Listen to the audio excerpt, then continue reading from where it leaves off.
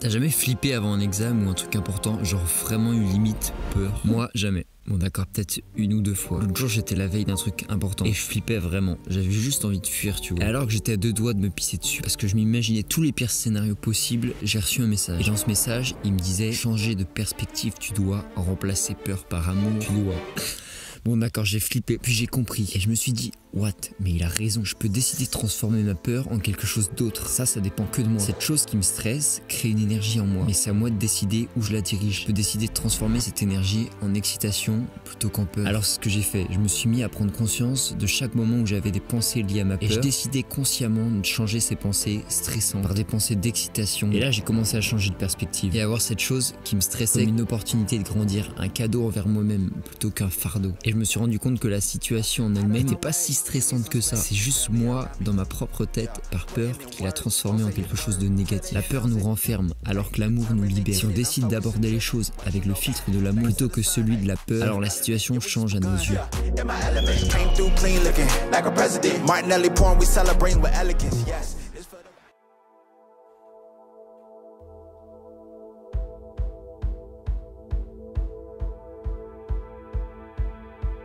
Dans le dernier épisode, je te disais que j'allais donner mes premiers cours de yoga, que j'avais créé mon entreprise et tout, et que maintenant c'était le temps de donner des cours de yoga. C'est dans 2 jours et je dois t'avouer que c'est un petit peu stressant. Je flippais un peu, du coup je suis parti chez mon grand-père qui habite dans une maison dans la forêt. C'est trop stylé.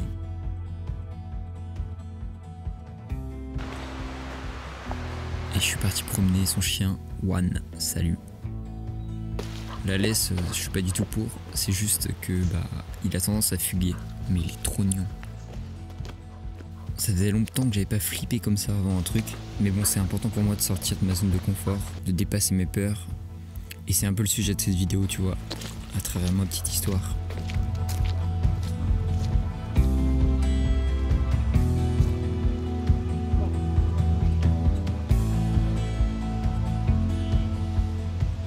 Bienvenue sur la série de vidéos qui documente ma vie et on est dans le 5e épisode.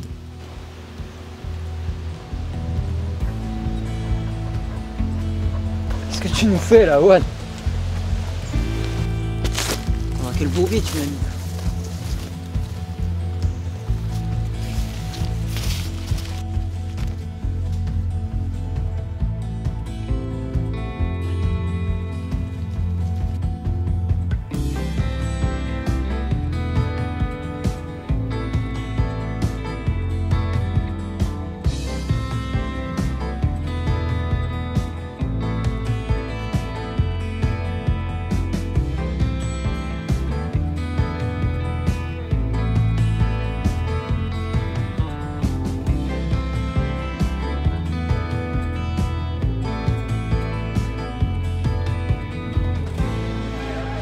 Hey, je m'appelle Timao. En grandissant, j'ai eu ce sentiment de perdre ce drive que j'avais quand j'étais petit. Comme si la lumière commençait petit à petit à s'éteindre. Rempli de questionnements sur moi-même, la vie, j'arrête mes études. Voyage, fais une sorte de retraite spirituelle. Et je découvre que la solution à tous mes problèmes se trouve dans le simple fait d'épouser et de transcender la vie en moi. Depuis, je me concentre sur me développer en tant qu'humain pour vivre une vie heureuse et qui ait du sens. Et je te partage tout ça en vidéo. Alors abonne-toi et bienvenue sur mon compte.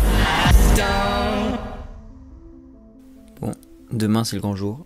C'est le jour J. Je vais donner mes premiers cours. Il y a pas mal de gens qui viennent essayer, du coup ça va être un peu un cours décisif pour eux, pour savoir s'ils restent ou pas. En vrai ça me fait un peu flipper quand même, ça me fait même vraiment flipper. Genre je vais avoir 12 personnes devant moi. Je l'ai déjà fait mais là c'est différent parce que ça serait sur l'année quoi. Je vais donner 4 cours dans la journée avec à chaque fois 12 personnes qui seront là pour m'écouter et pour faire ce que je leur dis de faire. C'est quand même dingue. Je suis à la fois hyper reconnaissant de pouvoir faire ça et à la fois ça me fait tellement flipper. Un peu le syndrome de l'imposteur aussi. L'impression de que c'est pas normal. Genre j'ai 19 ans et je vais enseigner à des gens beaucoup plus âgés que moi. Leur enseigner la sagesse, ça me paraît absurde de dire ça. En fait le problème c'est dès que tu pars dans l'optique d'avoir des clients dans une optique business, ça foire. Faut vraiment partir dans une optique partager, être dans l'amour, de donner un enseignement, tu vois. Là la peur elle reste contrôlée, tu vois. Genre je suis pas en panique, pas du tout. Mais je sens vraiment quand même que ça me fait flipper. Et souvent moi quand je flippe, j'associe la chose qui me fait flipper à quelque chose de forcément très négatif.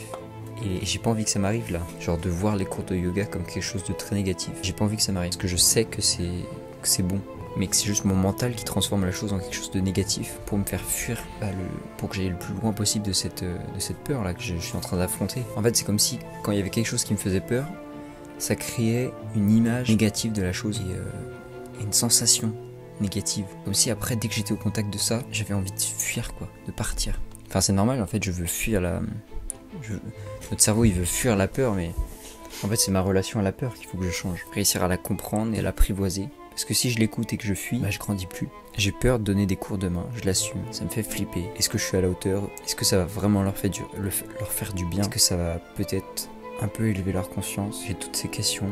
Et là j'en prends conscience. Sauf qu'il faut pas que je m'arrête à ça, tu vois. Faut que j'observe ça, que je fasse quand même la chose. J'ai envie d'y aller avec cette peur, mais de le faire avec amour, tu vois, genre vraiment transmettre, faire mon cours avec le plus d'amour possible pour que quoi qu'il arrive en fait, même si le cours il est nul, ce qui n'arrivera pas parce que je prépare bien mes trucs, même si le cours ne correspond pas, tu vois, à cette personne, au moins elle aura un bon souvenir du cours parce que le prof, moi en l'occurrence, va lui redonner un moment d'amour, tu vois, de paix, tu vois. Je veux que rien qu'au moment où ils rentrent dans la pièce, tu vois, qu'ils soient en contact avec moi et ça soit un endroit de réconfort pour eux, tu vois. Déjà ça serait énorme. J'ai plein de doutes, plein de peurs, mais c'est ok. Et demain là, quand je vais me retrouver face à eux, ça va pas être de la peur qui va ressortir, mais de l'amour, de la joie, de la gratitude de pouvoir faire ça. Parce qu'il faut réussir à dépasser son mental, créer nos peurs. Et quand on y arrive, c'est là que ça devient magique. Plus rien peut nous atteindre.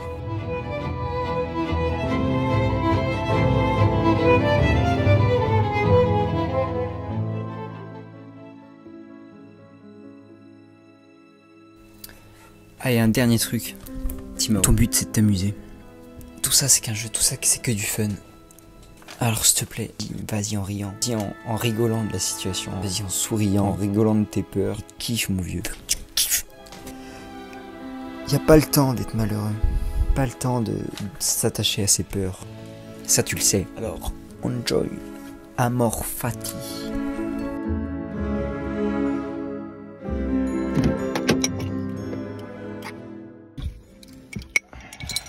Bon. Comment dire, ça s'est bien passé. Le premier coup, j'ai fait la séance du soir au lieu de la séance du matin, mais bon, je sais pas pourquoi. Parce que j'ai des gens ce soir aussi, mais du coup... Et autrement, en fait, je me dis, mais... Au pire, je me dis, tu vois, ça me plaît pas. Ah, ok, c'est comme ça me plaît pas. C'est tout nouveau pour moi, tu vois. En vrai, là, pour l'instant, en vrai, ça va. J'ai que 8 cours par semaine. En fait, surtout que là, j'ai l'impression que les seuls moments où je me dis, oh non, ça me plaît pas et tout ça, en fait, c'est parce que j'ai peur. C'est aussi parce que je passe du coup moins de temps à faire ma vraie passion qu'est la vidéo. Mais en même temps, un petit truc qui fait que j'aime bien quand même. Maintenant, il y a des gens qui sont inscrits pour l'année, donc je vais le faire. Mais en vrai, ça me dérange pas. Et franchement, c'est cool. J'aime bien donner des cours. Bon, ils ont clairement pas mon âge. C'est normal, le yoga c'est pas encore très développé auprès de ma génération. Ce qui est un peu con parce que c'est ma génération qui a le plus de problèmes mentaux, problèmes d'anxiété et tout ça, de dépression, et c'est eux qui font moins de yoga. Je vais aller manger, puis j'ai 2 cours ce soir. Demain je refais la même. Bon, j'ai bien mangé. Maintenant il est temps d'aller surfer.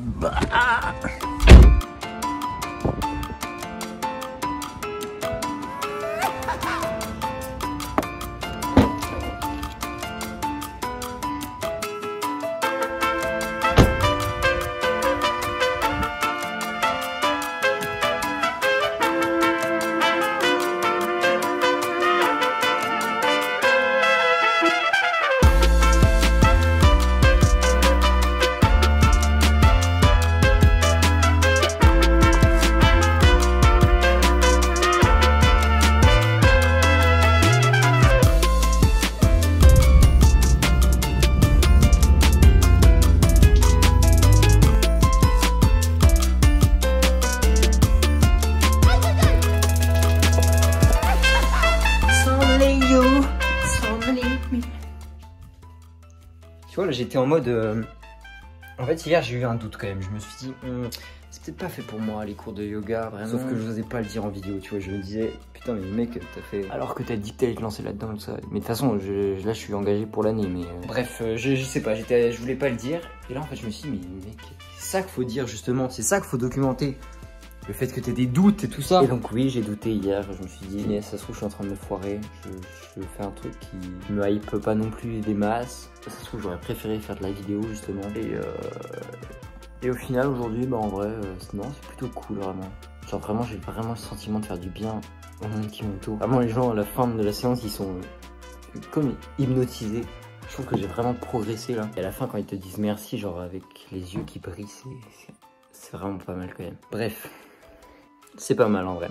J'ai besoin d'encaisser là ce que je viens de faire parce que je viens de faire 2 jours intensifs un peu de cours de yoga. En fait ça sera que 2 jours par semaine hein, mais c'est pas mal intensif parce que je fais les séances avec eux tu vois. Mais en vrai ça va, pour l'instant là je suis plutôt, c'est cool quoi. C'est pas une hype de malade, mais c'est cool. Et voilà, j'amène un peu plus de paix dans le monde, c'est magnifique. Bref, maintenant on va se reconcentrer sur faire des vidéos parce qu'on est mercredi demain. Non, on est mercredi aujourd'hui. Et demain on se reconcentre sur faire des vidéos. C'est ça, ça va alterner entre cours de yoga et vidéos. Et maintenant là c'est les vidéos. Jusqu'à mardi prochain. Bam! Là je suis un peu, genre je sais pas, j'ai un mélange de plein d'émotions, plein de trucs. Je pense que là clairement je peux dire que je suis sorti de ma zone de confort. Je pense pas que je suis vraiment extraverti à la base. Genre je pense que je suis vraiment à la limite entre les deux quoi, entre introverti et extraverti. Et là le fait d'être extraverti à 2000%, ça me fait vraiment sortir de ma zone de confort. J'avais l'impression de m'exposer à des gens et qu'après ils pouvaient donner leur avis comme ils voulaient. Je sais pas, genre j'avais le sentiment de m'ouvrir en fait, d'être vulnérable. Le fait de proposer un cours de yoga et les gens c'est eux qui décident si ça leur plaît, c'est eux qui critiquent, c'est eux qui... Je déteste le truc du client est roi, franchement ça me... C'est pour ça que j'essaye de pas aborder le truc avec l'idée que j'ai des clients tu vois, enfin je sais pas. En fait ça me saoule de gagner de l'argent vraiment. Je fais que de le répéter mais genre vraiment ça me gâche. C'est ça la vie d'adulte, on doit faire de l'argent. Parce que notre société fonctionne avec l'argent. C'est pas le sujet de la vidéo. En tout cas ces 2 derniers jours j'ai fait quelque chose qui m'a vraiment fait sortir de ma zone de confort. Et ça c'est quelque chose qui est important, sortir de sa zone de confort. Parce que je pense que c'est en sortant de sa zone de confort qu'on évolue. Et rester dans sa zone de confort, c'est passer à côté de plein d'expériences enrichissantes, tu vois. Même si je n'en fais pas mon métier après, cette petite expérience entrepreneuriale, elle m'aura forcément apporté quelque chose. Sortir de sa zone de confort, ça permet de vivre une vie plus riche, et surtout plus variée quoi. Quand on reste dans sa zone de confort, en fait on reste dans l'illusion que tout est permanent. On reste attaché à nos petites choses et on oublie que la seule chose qui est permanente, c'est justement que rien n'est permanent. C'est cette impermanence. J'ai pas nécessairement une envie de sortir de ma zone de confort. Surtout quand ça concerne les autres. Tu vois, quand c'est aller rencontrer du monde et tout ça. En fait, dès qu'il y a l'autre qui intervient, je préfère rester dans ma zone de confort. Et genre là, entre aller donner des cours, m'exposer aux autres et rester dans ma zone de confort à faire des vidéos, clairement, je préférais rester dans ma zone de confort à faire des vidéos. Mais je veux pas. Pour moi, rester dans cette zone de confort, c'est prendre le risque d'un jour prendre une grosse claque par la vie, tu vois. Parce que la vie, c'est pas ça. La vie, c'est le mouvement, c'est l'impermanence. Et si je reste trop dans ma zone de confort en mode YOLO, un jour, je vais me prendre une grosse claque. Je pense que celui qui prend le plus de risques dans la vie, c'est celui qui reste dans ce qu'il connaît, dans sa zone de confort, parce qu'il prend le risque de se faire rappeler à l'ordre par la vie. Et en fait, sortir de ma zone de confort, c'est aussi le moyen, je sais pas, de me connaître un peu plus. Il y a que quand tu fais des choses que t'as pas l'habitude de faire, des choses qui te font un peu peur et tout ça, que tu peux vraiment apprendre à te connaître profondément, genre connaître tes limites, apprendre à connaître la manière dont tu réagis dans certaines situations, apprendre à savoir ce que t'aimes pas. Il y a un youtubeur que j'adore qui s'appelle Casey Neistat et qui disait toujours que le meilleur moyen de savoir ce qu'on veut faire dans la vie, tu vois, le meilleur moyen de savoir sa passion, c'est de faire quelque chose qu'on déteste. Il faisait de la plonge dans un resto et à chaque fois qu'il faisait cette plonge, tous les jours il se rappelait de ce qu'il avait vraiment envie de faire. Il faisait quelque chose qu'il détestait, mais du coup ça lui permettait de comprendre qu'est-ce qu'il aimait vraiment.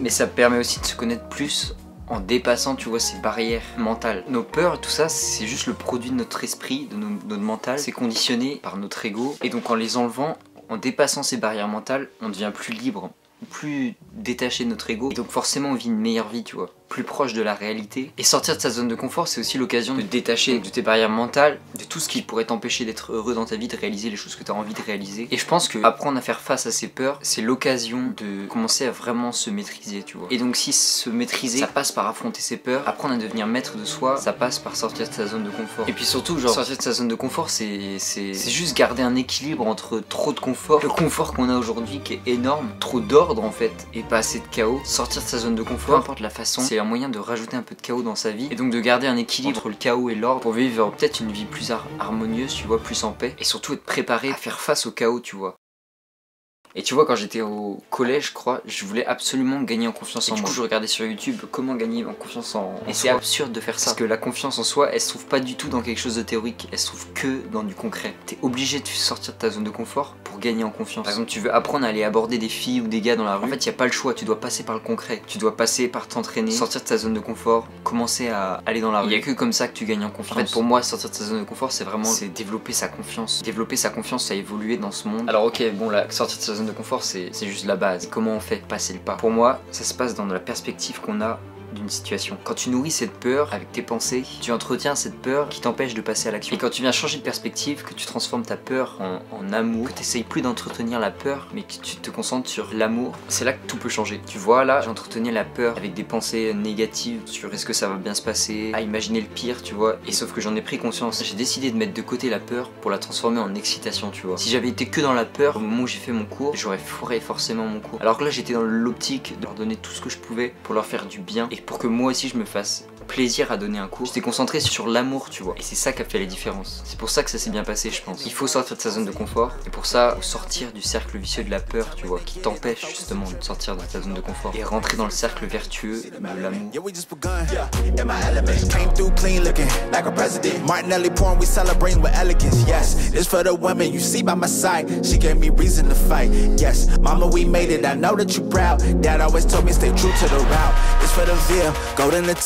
Kids walk around with the gold in their grill. Told you my focus, I never lost hope, and I'm giving them something they feel.